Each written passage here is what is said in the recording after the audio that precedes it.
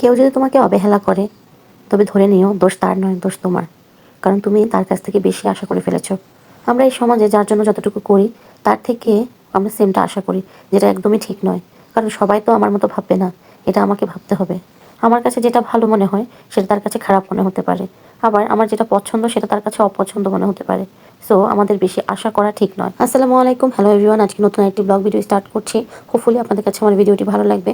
আর আমার ভিডিওগুলোকে কোথা থেকে দেখছেন অবশ্যই কমেন্ট করতে ভুলবেন না। অনেকগুলো বাজার নিয়ে এসেছিলো সবজি, তো সেগুলো আপনাদের সাথে শেয়ার করছি। এখানে সিম, নতুন আলু, তারপর লাউ নিয়ে এসেছিলো। এখন শীতে তো হচ্ছে সিম হচ্ছে জাতীয় খাবার, সেটা আমার বাসায় প্রায় মোটামুটি সবসময় আসছে, তো আপনাদের সাথে শেয়ার করে ফেললাম। তারপর নিয়ে এসেছিলো মাছ অ্যান্ড তারপর হচ্ছে মুরগি। তো ভাবতে ভাবলাম যে আজকে কী রান্না করা যায়, তো মুরগিটাই রান্না করে ফেলছি আজকে। প্রতিদিন যেভাবে মুরগিটা রান্না করি সেভাবে রান্নাটা বসিয়ে দিলাম। আর হচ্ছে এই মুরগিগুলো আমার কাছে ভালো লাগে, লাল মুরগিটা আমার কাছে ফার্মের মুরগির চেয়ে এই লাল মুরগিটা বেশি ভালো লাগে, কারণ এটা একটু শক্ত শক্ত হয়। এটা অনেকক্ষণ কুক করার পরও অনেকটা শক্ত থেকে যায়, আর এটা চামড়াটা তো বেশ টেস্টি লাগে আমার কাছে। তো আগে হচ্ছে আমি চামড়া খুলে ফেলতাম, খুলে ওটা আলাদা ভুনা করতাম বা ভাজি করতাম টমেটো বা পেঁয়াজের উপরে।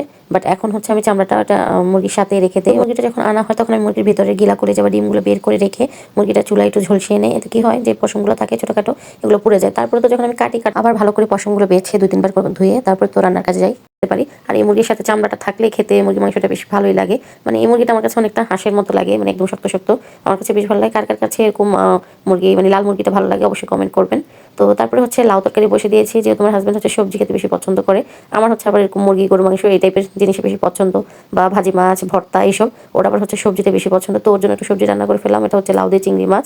তারপর হচ্ছে আমি যাই রান্না করি না কেন, আমার আম্মুর বাসার তরকারি তো আমার বাসায় আসবে, বা আমি আম্মুর বাসায় চলে যাই আম্মুর বাসায় খেতে। আমার মায়ের মন বলে কথা, ভালো মন্দ রান্না করলে আমাকে ফোন দিবে যে আমি যত ভালোই রান্না করি মানে তার বাসায় গিয়ে আমাকে খেতে হবে। তো উনি হচ্ছে ইলিশ মাছ ভাজি করেছিল, আর এখানে হচ্ছে টক টমেটো দিয়ে ডাল দিয়ে রান্না করেছিল, ইলিশ মাছের মাথা চিংড়ি মাছ দিয়ে। আর হচ্ছে ভর্তা করেছিল, যেটা আমার মোস্ট ফেভারিট। তো আমার হাতে সব ভর্তাই আমার ভালো লাগে। এটা হচ্ছে কাঁচামরিচ দিয়ে শুটকি ভর্তা করেছিল। তো আমার বাসায় যাই রান্না করি না কেন আমি চলে গিয়েছিলাম আম্মুর বাসায়। তো লাঞ্চটা কিন্তু আম্মুর বাসায় করলাম। এখানে ভর্তা, ইলিশ মাছ ভাজি আর হচ্ছে টমেটোর যে তরকারিটা রান্না করছি সেটা দিয়ে খেলাম, বেশ মজা করে খেলাম।